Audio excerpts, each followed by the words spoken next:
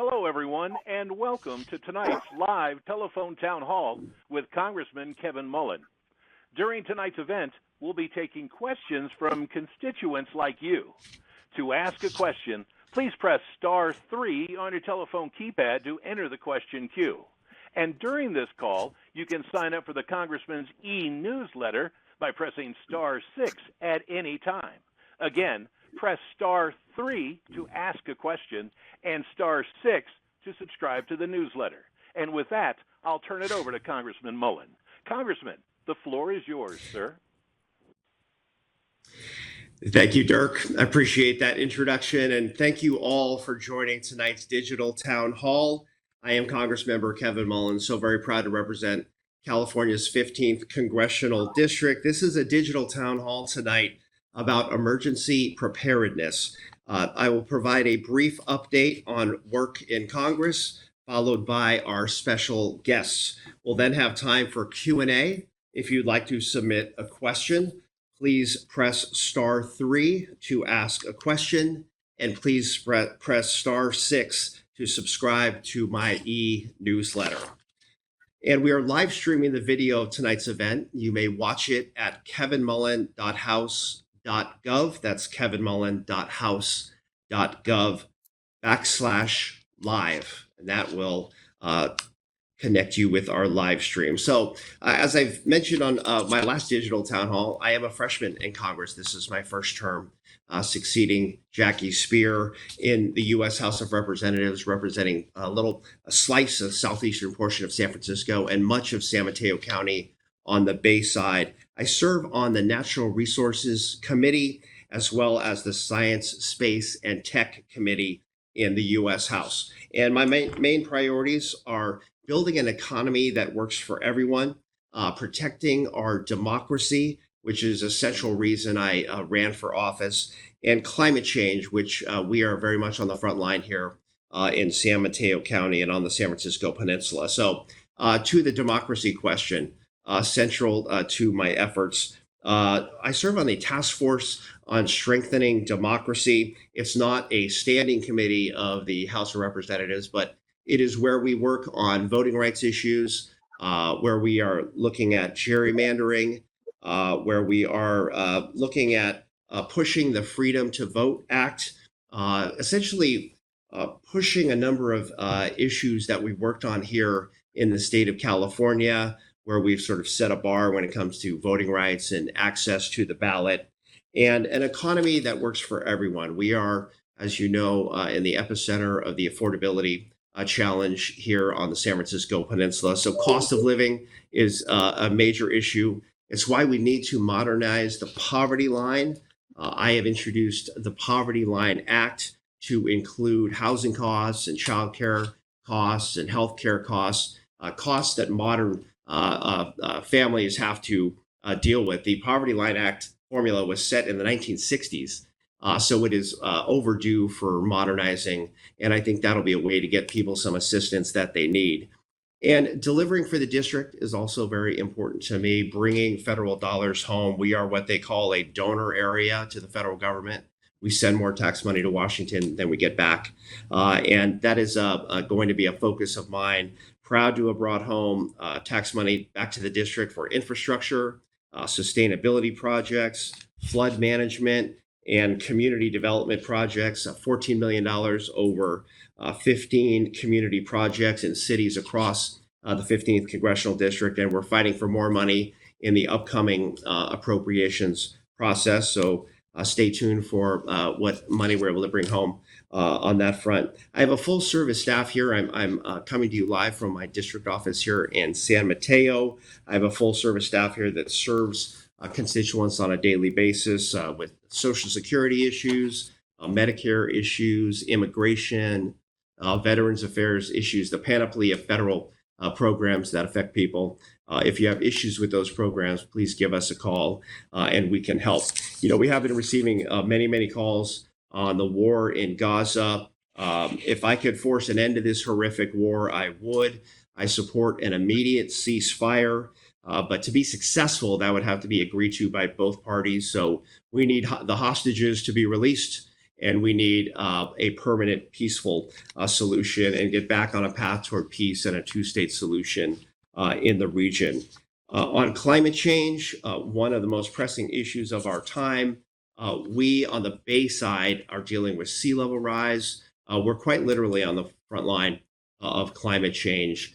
So it really affects people at all levels of government, but the federal government absolutely has to play a role. In fact, the Inflation Reduction Act had $400 billion in climate change initiatives. So that was a very, very good start, but still not to the scale of the challenges we have when it comes to dealing with the changing climate. So September, as we approach September here, September is Emergency Preparedness Month, and our region faces a unique set of risks, climate change fueled emergencies and other types of natural disasters. In recent years, catastrophic flooding due to extreme storms. In fact, one of the first things I worked on with my colleague, Congresswoman Anna Eshoo to the south, was to get some federal assistance for flooding that occurred in January of 2023. We are also no stranger to the impacts from wildfires. And in 2020, we had the CZU lightning complex. And of course, none of us can forget the Orange Sky Day right in the heart of the pandemic there, where essentially the sky turned orange because of all the wildfire smoke in Northern California. And we here in this area were bisected by the San Andreas fault line.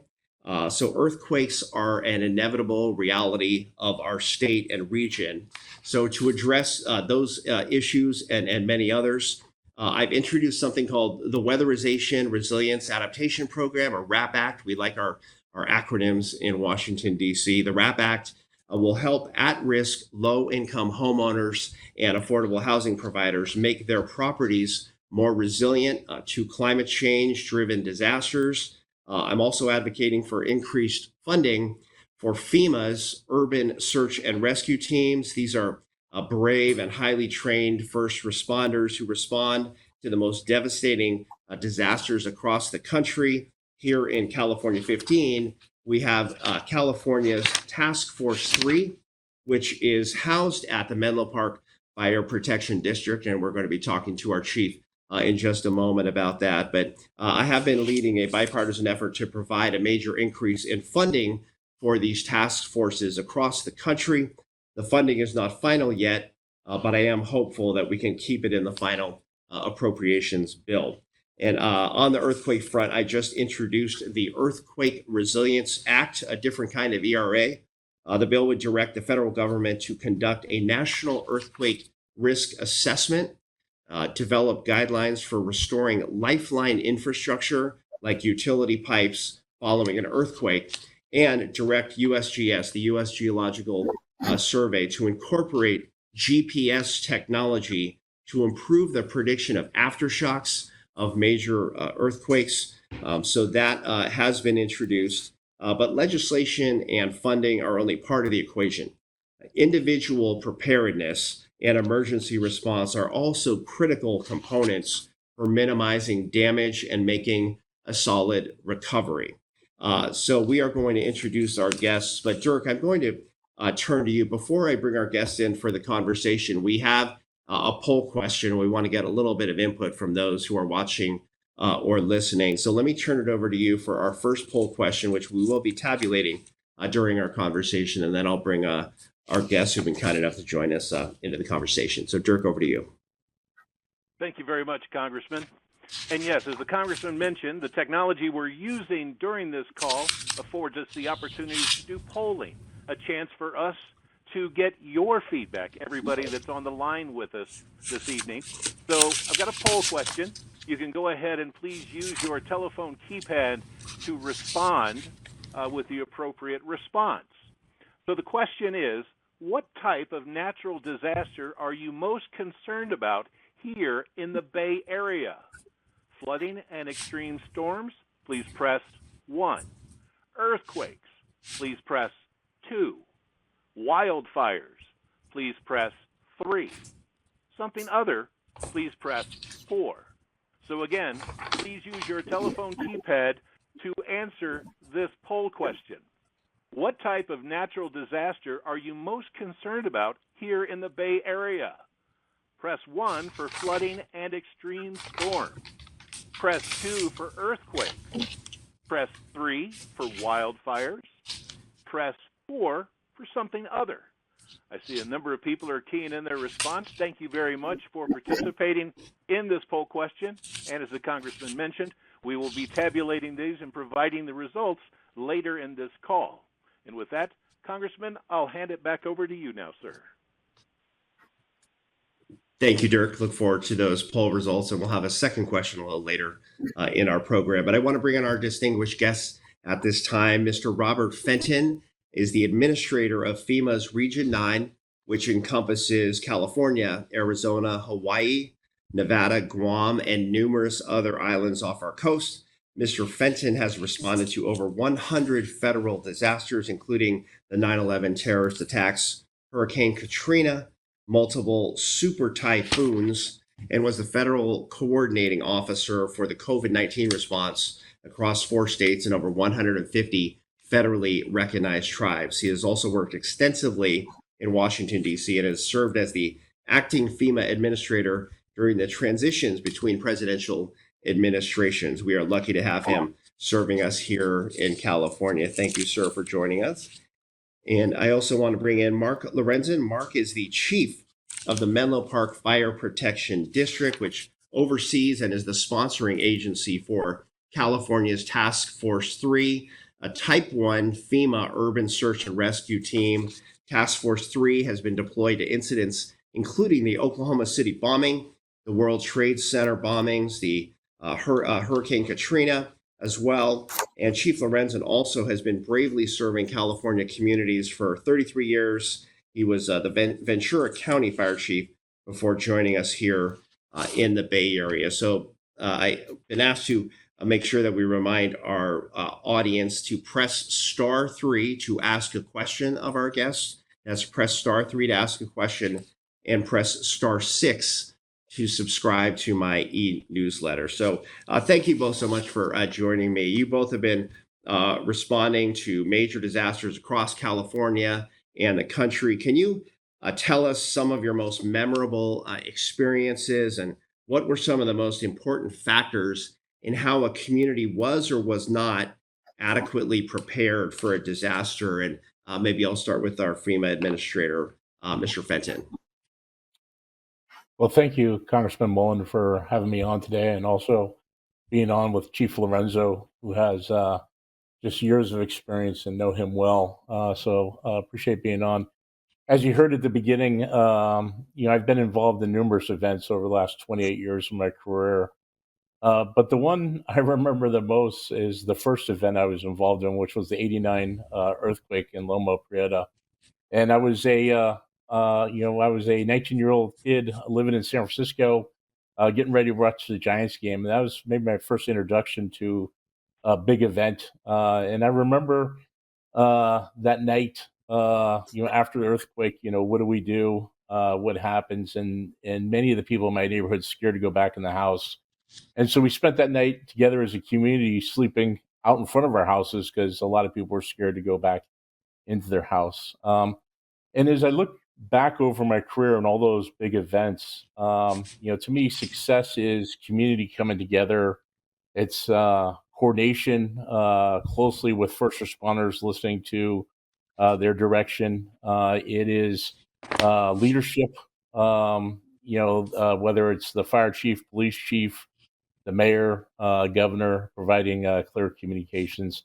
It's a big ability for all those different entities to coordinate and to be able to help. And I think where that happens at, and communities involved, we can be successful in limiting the loss of life and helping people recover from disasters. When that doesn't happen, unfortunately, we see large loss of life, individuals not prepared, and chaos and disasters. And so it's incumbent upon all of us to work together when an event happens. Thank you, sir. Yeah. Well, 1989 earthquake was a formative experience for many of us of a certain age. Chief Lorenzen, were you in the Bay Area in 1989? to I was experience not. that earthquake?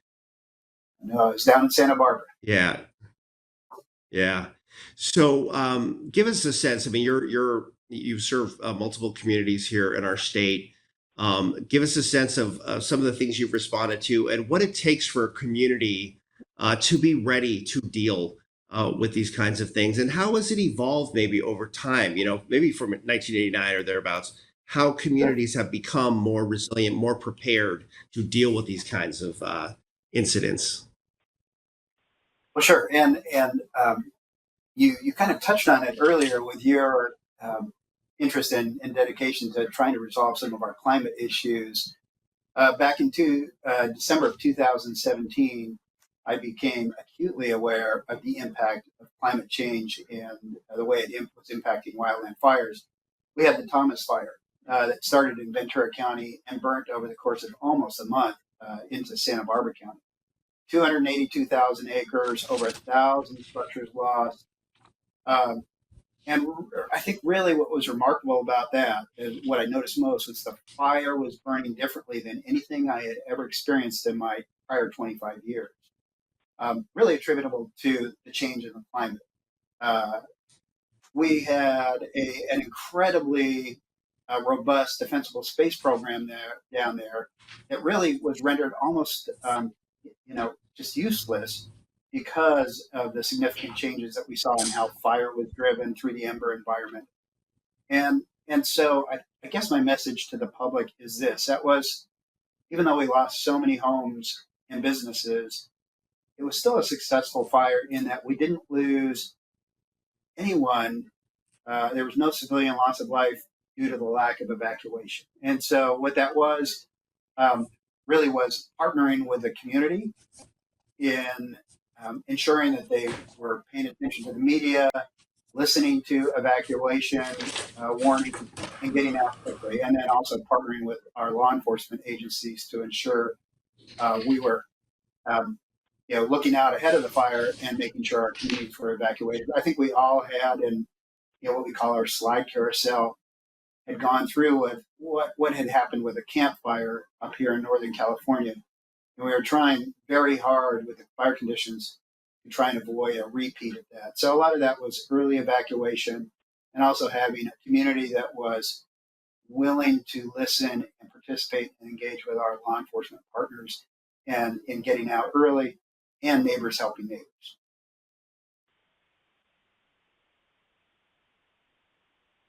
Or an emergency could strike, and the San Francisco Bay Area, California in general, at high risk of events like earthquakes and wildfires and extreme storms. So, what are some of the resources available for the public to be properly prepared for these kinds of disasters? And let's go back to FEMA Administrator Fenton on that one. Yeah, no, I appreciate the question. So there's a lot of resources out there now, and I think it starts with understanding the risk where you live. So start there, understand your risks. Uh, there's a lot of good websites for that. Cal OES has a website, myhazards.caloes.california.gov, where you can put your address in and understand the specific risks in and around your neighborhood where you live. FEMA has a website that provides risks for flooding. But once you understand your risks, you need to go ahead and then develop plans. And so ready.gov is a great website that provides not only comprehensive guides on various types of disasters, but also how do you build an emergency plan? How do you build an emergency supply kit? And how do you make sure, as Chief Lorenzen was saying, stay informed? All those things are important. FEMA also has an app that provides users real-time alerts.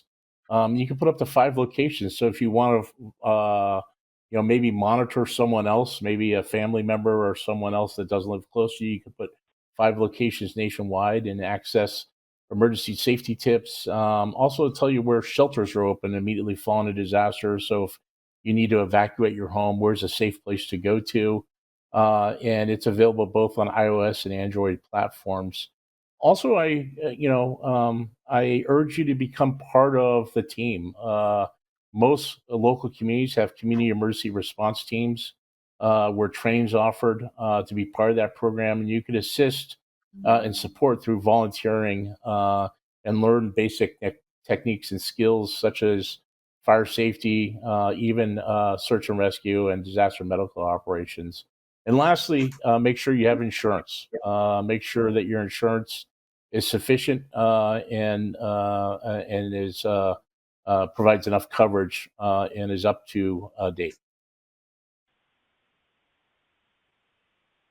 Administrator, there is a real crisis when it comes to homeowners insurance. A topic for another digital town hall, perhaps, but it's getting more difficult to acquire homeowners insurance given the risks that exist in a place like California. But Chief, just on that same question about public resources available beyond ready.gov, which is a tremendous site, and you get a lot of great information there about how to ready yourself in your home for those kinds of things. But other public resources we should be aware of on this front.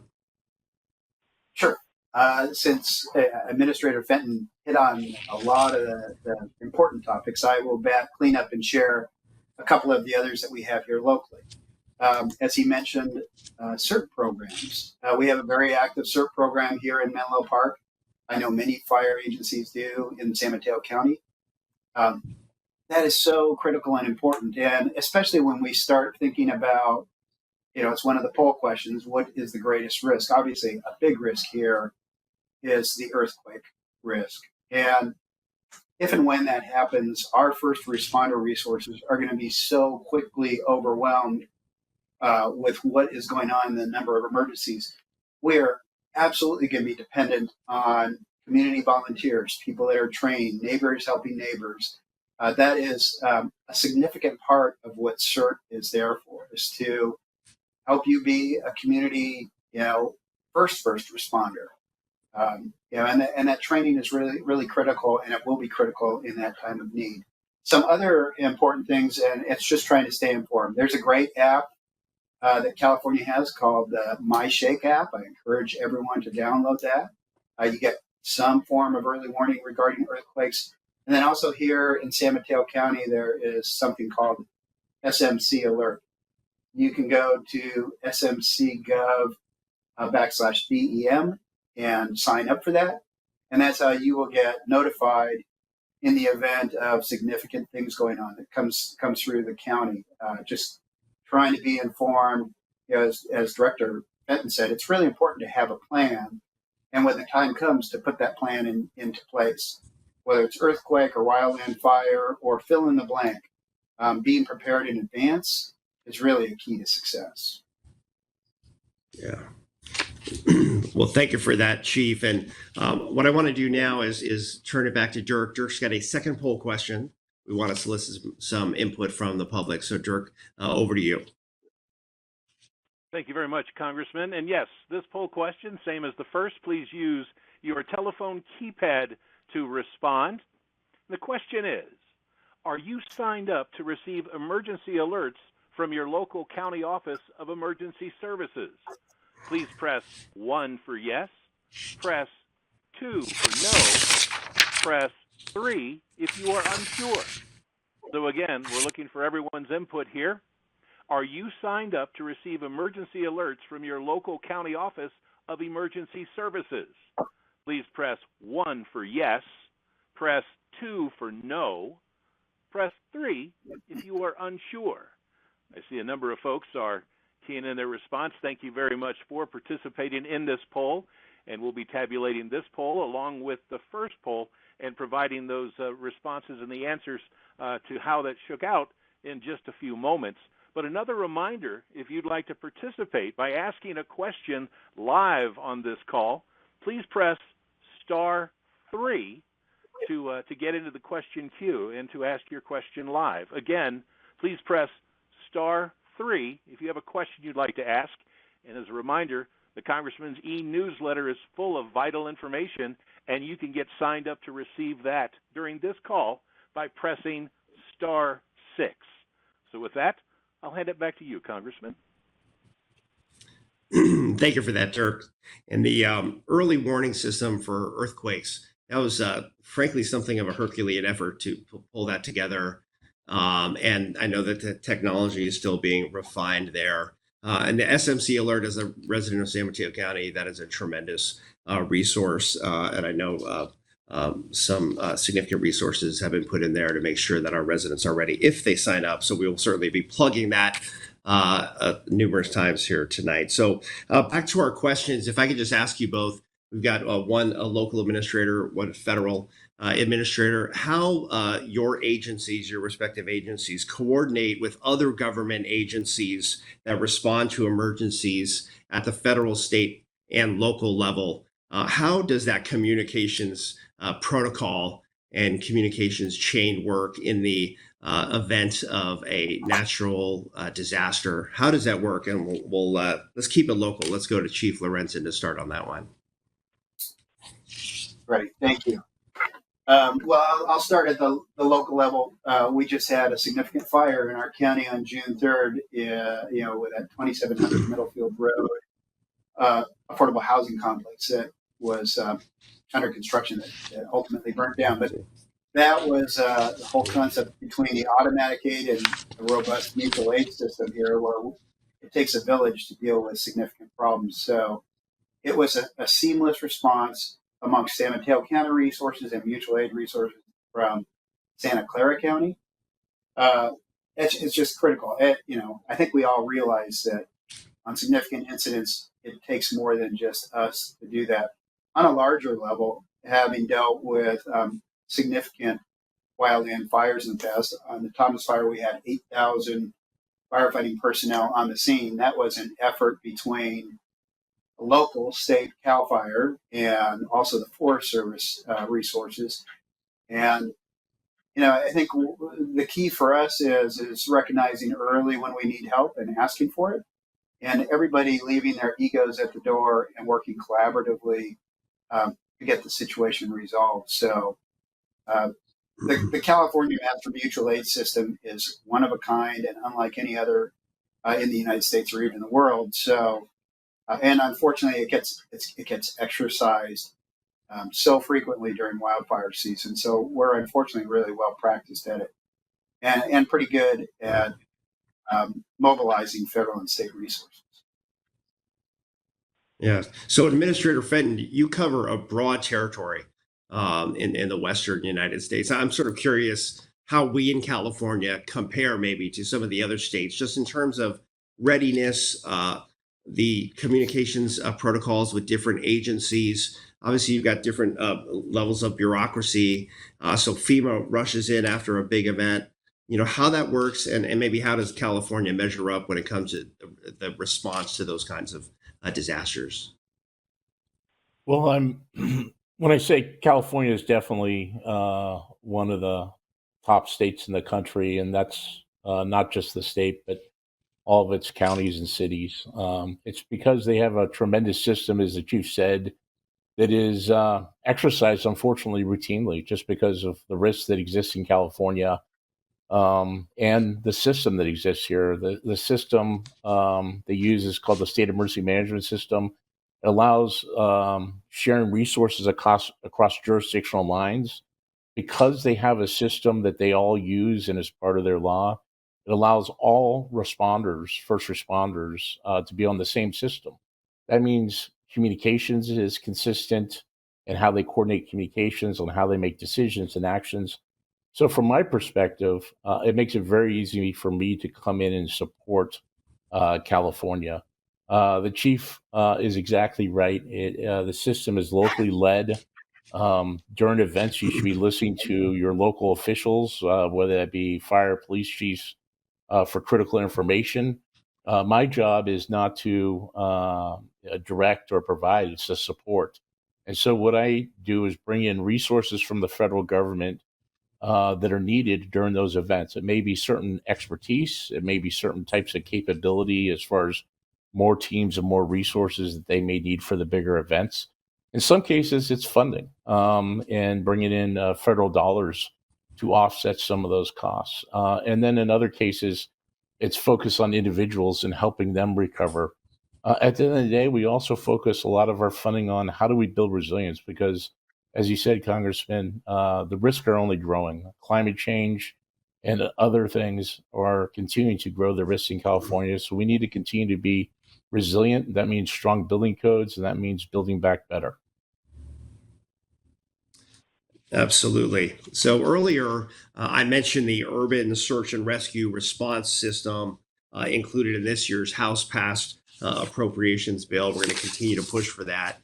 I wonder if you both could share more about the critical role that FEMA's search and rescue task forces play in disaster response and why that additional funding is needed. And candidly, I'm looking for some good talking points here so I could convince any intransigent colleagues here that this is really truly needed, this additional funding for the search and rescue effort. So why don't we go to Administrator Fenton, and then we'll ask the chief about how this works in the local task force.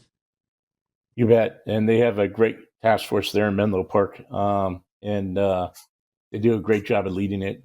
First of all, there's no other program like this in the United States where federal government and local government work together to provide a capability that is probably the best in the world at what they do. So for, on that occasion where a community experiences the worst day of their life, these men and women come from all over the United States with the right equipment to help, people trapped in collapsed structures, help in hazardous environments. They use specialized equipment and techniques for complex rescues. They have medical capability with it, structural assessment capability, and canine search and rescue. Where I just saw it recently is my region covers the far Western Pacific. I had the wildfires in Maui, and 5 of these teams flew into Maui. They provided not only search, but they were also there to identify, unfortunately, human remains. Over 102 fatalities here, and the canine dogs are able to do that type of work in a very difficult environment over long days. Very dedicated men and women that are really heroes at what they do. Chief, give us the on-the-ground look at Task Force 3.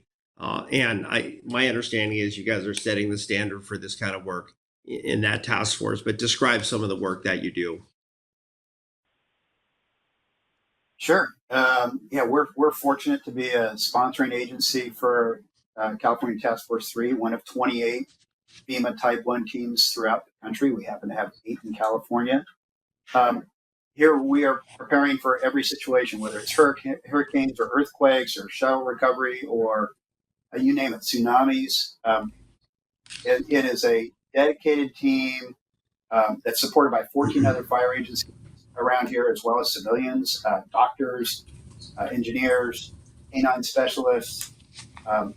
Really a unique set of tools that are available for us to respond anywhere in the country, whoever has the need. I mean, that's how it comes through the sponsorship through FEMA, is these 28 teams can be deployed to anywhere in the United States, and there's a couple teams that can be deployed internationally to help out too. It is that powerful tool, and it is one of those things that's so critical for us here, right here in the Bay Area. We have us and Oakland that both have task forces, but anybody could come here to help should we have a significant earthquake or incident from any one of those 28 teams. And just to talk a little bit about the funding that the Congressman had mentioned earlier, every single one of the 28 teams, the departments that sponsor them, subsidize a good portion of the costs. The actual cost to run the teams has far outpaced what the federal government has been able to fund. And so, fortunately, the Congressman has been a strong advocate for trying to get us at least to where we're mostly funded so that we can actually provide some additional resources and improve the resiliency of all of our 28 teams. Thank you for the great work you do. And we have just a few more minutes with our guests here. I want to turn to you, Dirk, and see if we have any questions from our audience for our guests while we have them.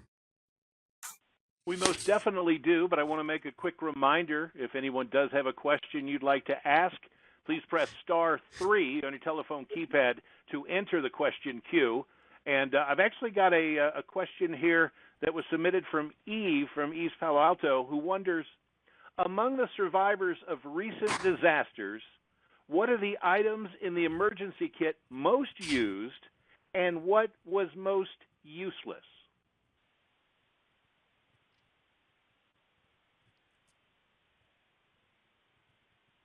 Whoever wants that one. Yeah. Chief, do you want to go first, sir? I'm glad to go.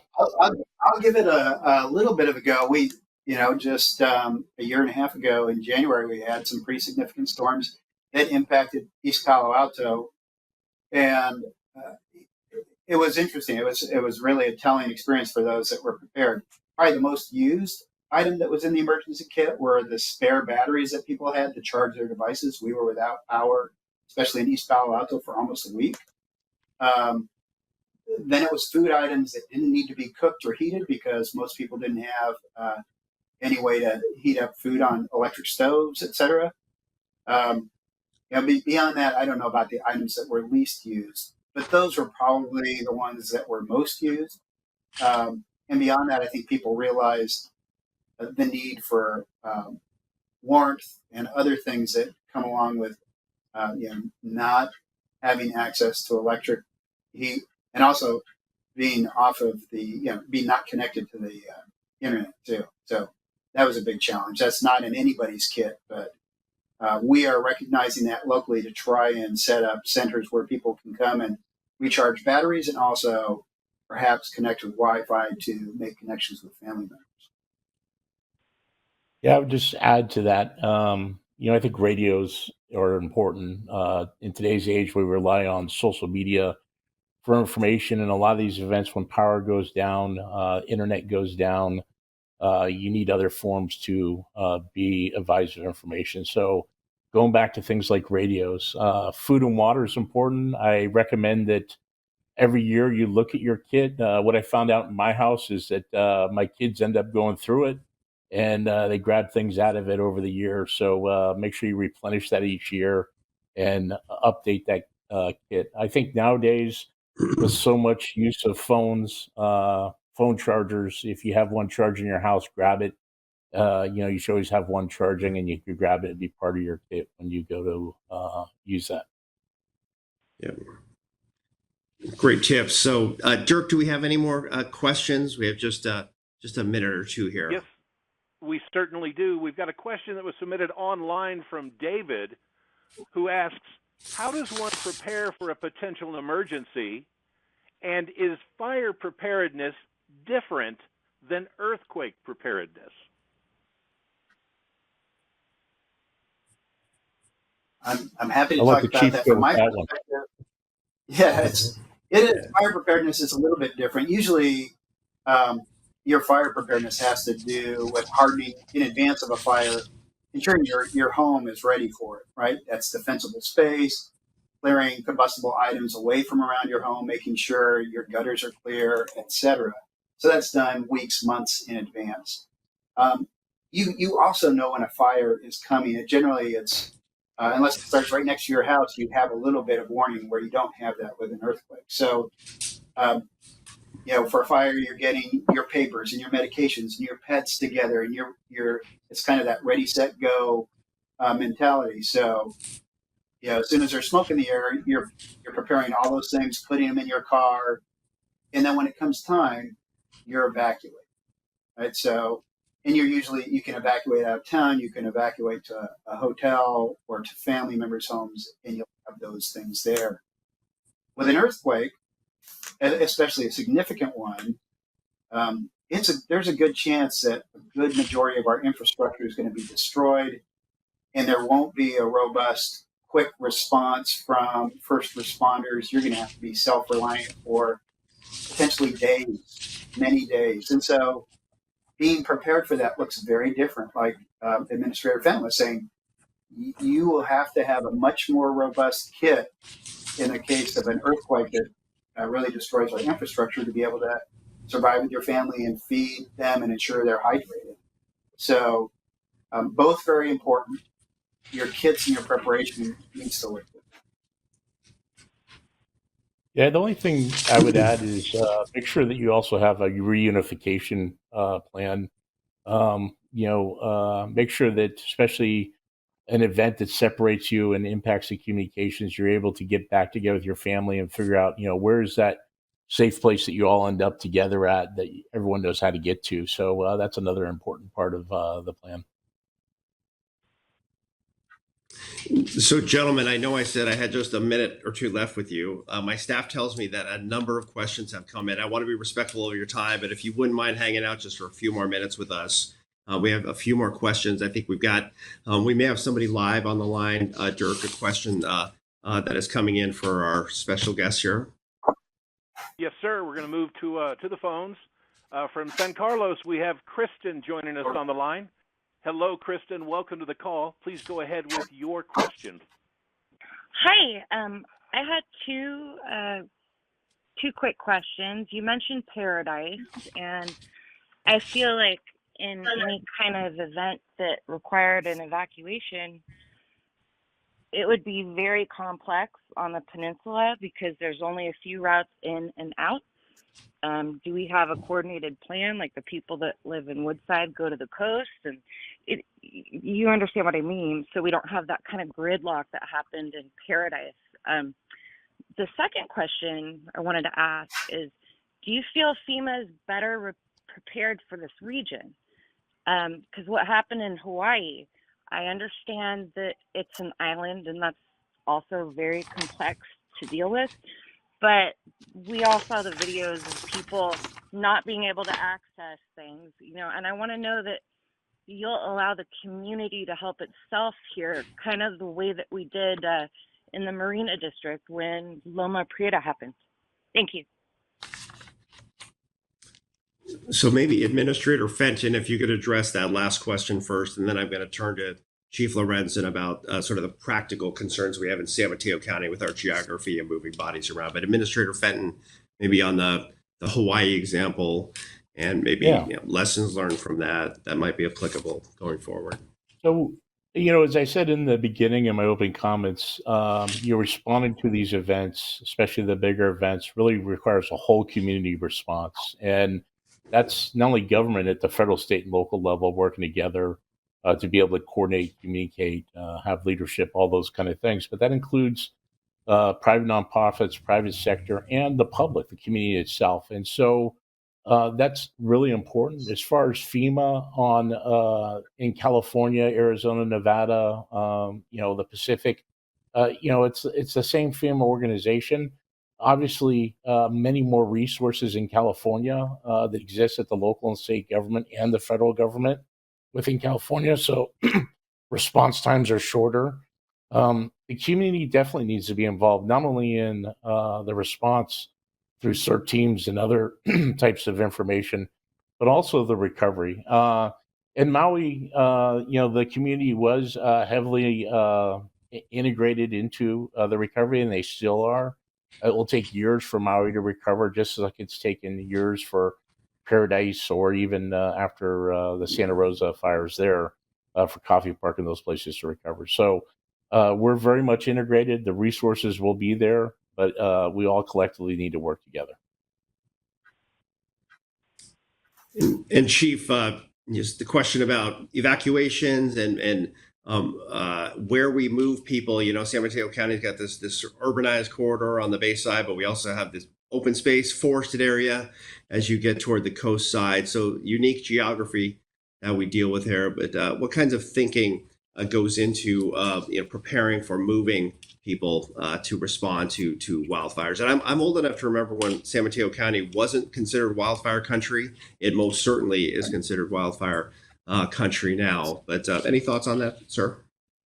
I do, and I mean, you touched on it a little bit, and part of that is looking at our wildland fire risks. I mean, if we had what happened in Paradise and we could lay it over on top of San Mateo County, we would be incredibly challenged to evacuate people without the loss of life. I think the reality is that because of climate change, our fire risk has increased. It's generally to the west of the 280. And there are challenges with evacuating those communities up there because it's generally one way in, one way out. If we had mass evacuation through our communities in Menlo Park, Redwood City, because it would be gridlock, and I don't know that we could do mass evacuations through our communities, regardless of the planning, just with the challenges we have there. That said, I just want to talk a little bit back about the risk. Our communities generally east of the 280 are not in the high fire hazard severity zones. Other than the CZU fire, generally our coastal areas have almost no fire history. That doesn't mean we don't have an awareness about it, but I just don't think the likelihood of a camp fire scenario could happen in our area right now. Climate could change significantly more, and we may be rethinking that. But just based on what I know of the fuels and the weather patterns, usually to have significant wildfires, you need very low humidities and very significant winds. With the coastal winds that we get, we usually don't have that same thing that happened with Camp Fire or many of our largest fires. So I don't want to discount that. I acknowledge there'll be challenges with evacuations, but I don't think the scenario related to Paradise can really be overlaid on our county. Yeah, that is a blessing from the coastal access and coastal proximity, I guess you could say, in terms of the wind pattern. So I believe we have more calls and more questions, Dirk.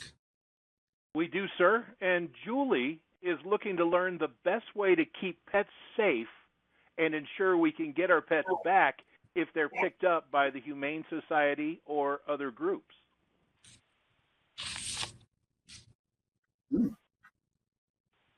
Let's go with Chief on that one.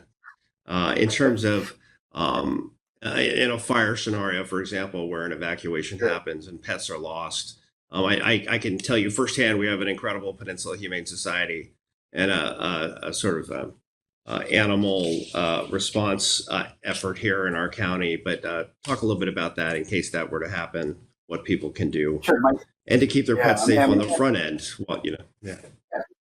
And my experience has been, the best thing obviously you can do is when there's smoke in the air, gather up your pets that you can transport, your cats and dogs and birds. Obviously, it's a little bit more of a challenge with your horses or other livestock you may have. But and then there are times when animals aren't, either there aren't people home when a fire runs through there. And generally what happens in those scenarios is we work in partnership with the Humane Society and the Red Cross, and we set up these relocation centers where you can be reunified with your pets.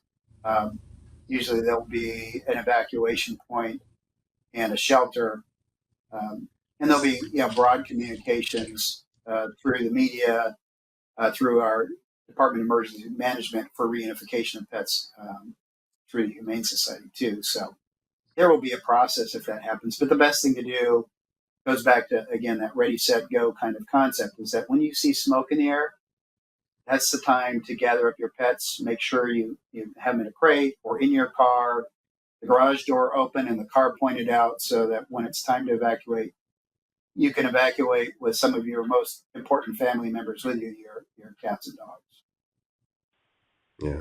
Yeah. And I know that extreme heat, I was just going to say extreme heat is more and more of an issue. We really don't have too much of that challenge here on the San Francisco Peninsula, but there's been a real push to create cooling centers because heat, if it can affect humans, it can affect pets and other animals. So I know that there's a conversation happening around how we build more cooling centers across the country because extreme heat is absolutely going to be with us. It is not going away. It's an increasing challenge, and that could certainly affect animal life as well. But Administrator Fenton, you wanted to jump in there. I was just going to say on our ready.gov page, there's information there about, preparing your pets for disasters and what you can do. And I urge everyone to look at that. It has a lot of good information in there, not only about, as the chief was saying, pets are part of our family. So have an evacuation plan for them. Also, is somebody able to get into your house if you have to evacuate and you're not home, and get your pet if you were at work or somewhere else, microchip your pet, and then work with your local emergency management office and your local animal shelter. Many fairgrounds in California assist pets from those locations after disasters and use that as a shelter place. And then just think about your go kit and thinking about what you need for your pet also. Yeah. All good information. So, Dirk, we have time for a few more questions here.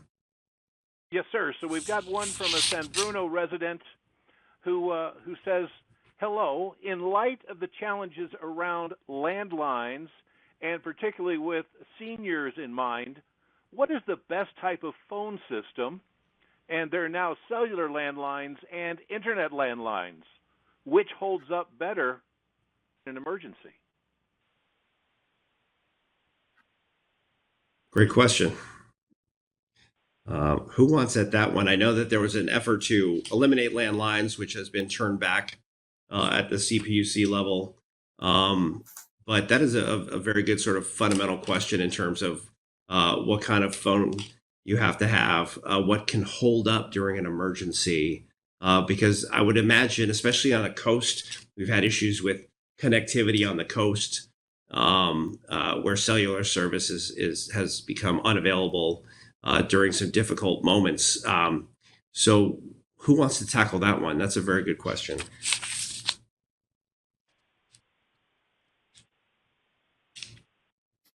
I have no I'm tossing it to expertise you in that guys because I don't have a great answer. Yeah, that kind of. Yeah, Yeah. I think it's a So legitimate. Administrator Yeah. Fenton, what do we do with that in terms of mobile phones? I mean, these towers can go down in an emergency, right? I mean, mobile phones are ubiquitous now, and that's how people are going to be getting much of their information about the disasters, right? I mean, the SMC alert comes in on my phone here, and we're so tied to that. So we just need to make sure we have a I think robust infrastructure, right? it's a legitimate issue, especially which device works better for different demographics of the population, where you're at, all those kind of things. So, I think that it's something that we need to continue to invest on, and not only make sure that we have primary systems but backup systems. We do a really good job, or have done a better job over the years for the first responder community, ensuring that we have multiple different devices for communicating. But that's the other reason why I said in your Go kit, you also need to have a radio now. You can't just rely on cell service, as a way, or broadband as a way to get information through your cell phone. We've become so dependent on that. Um, so I think that have multiple ways for you to get information, and um, be able to whether that's communicating to others outside the disaster area, but also be able to figure out ways to get to systems where you can communicate. A lot of shelters do offer phones, fixed phones there that you can go and use, in events. And so look for those opportunities, understand your community, where are those places where you can get that information. That's great. So we have time for, I think, caller Dirk, and then we want to get those polls before we wrap up here. So go to the one final question if we can. Yes, sir. So it looks like Elaine from South San Francisco has a question about undergrounding towers to help prevent forest fires. So I presume she's talking about creating ground systems to take a lightning strike into the ground, so it does not create some type of spark, which then, of course, potentially ignites something greater. Yeah, it's an enormous challenge, right? Because in our area, PG&E has this vast territory throughout Northern California, and undergrounding that entire network would be just enormously expensive. But it certainly is a way to address the issue. I think there's just a practical cost consideration just with the expanse of that territory. But I know undergrounding of lines, Rule 20A, undergrounding of utility lines can certainly help in particularly urbanized areas, but it gets to be a real challenge in the wildland areas in Northern California. But I don't know if Chief, you had any thought on that. Sure. I mean, that's the primary cause of the majority of the largest fires in California history has been failure of utility lines. Usually, Yeah, it's not necessarily maintenance by the utility companies, but it's, when you get the significant winds, uh, things happen. There will be line slap. It takes a little spark and it's off to the races. So I know both Southern California Edison and PG&E have been working hard to harden their existing above ground lines. And as the congressman noted, it is such a costly endeavor. I know they are talking about undergrounding the lines that would have the greatest value and have the greatest risk. I think that my personal thoughts is I think that would reduce our wildfire risks significantly if we could do that. It's just the cost and the amount of time to get there is the bigger challenge. And I know the utilities are working on it too. I just don't know how quickly they can get it done. It's a cost issue and a resource issue both. But it's a great thought, Elaine, and I know that there's quite a bit of interest in making that entire PG&E system safer to deal with the wildfire risk. So while we have our guests, if we can go to the poll results real quick, we're coming up on the top of the hour. Dirk, why don't you show us, if you can, or share with us the results of all I'm happy to share with you. Questions. Absolutely, yeah. Congressman. We've got the first question, and it's also wonderful to see so many people active on the poll question providing feedback. The first poll question earlier in the hour: what type of natural disaster are you most concerned about here in the Bay Area? 56% of respondents answered earthquakes. 27% said wildfires. 10% flooding and extreme storms. And 7% chose other. So again, thank you very much for responding to question one. Moving on to question two is, are you signed up to receive emergency alerts from your local county office of emergency services? 41% of respondents said yes, they are signed up. 24% said no, and 35% were unsure. So that's how the polling broke down. And again, thank you to everybody who participated in that polling.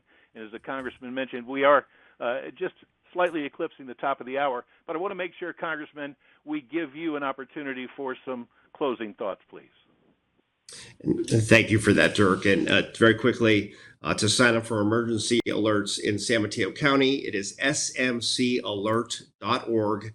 And for our San Francisco constituents, it is alertsf.org, alertsf.org. So thank you for that, Dirk. And I want to thank our guests, Administrator Fenton from FEMA, Chief Lorenzen, Menlo Park Fire Protection District, and Task Force 3.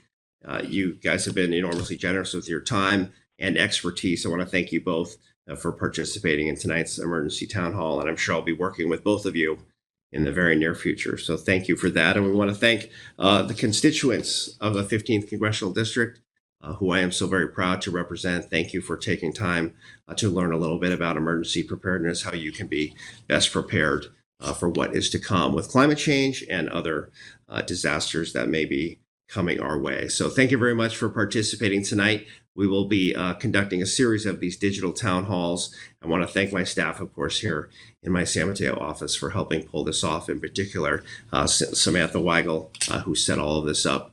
So thank you for watching, and we will see you next time on the next digital town hall. I'm Congressman Kevin Mullin. Good night. So as we wrap up this call, if you haven't spoken to a member of our team yet about subscribing to the Congressman's e-newsletter, simply stay on the line, and at the sound of the tone, spell out your name and email address, and we'll get you enrolled. Thanks for sharing some time with us this evening. We hope you stay healthy and safe, and have a fantastic night.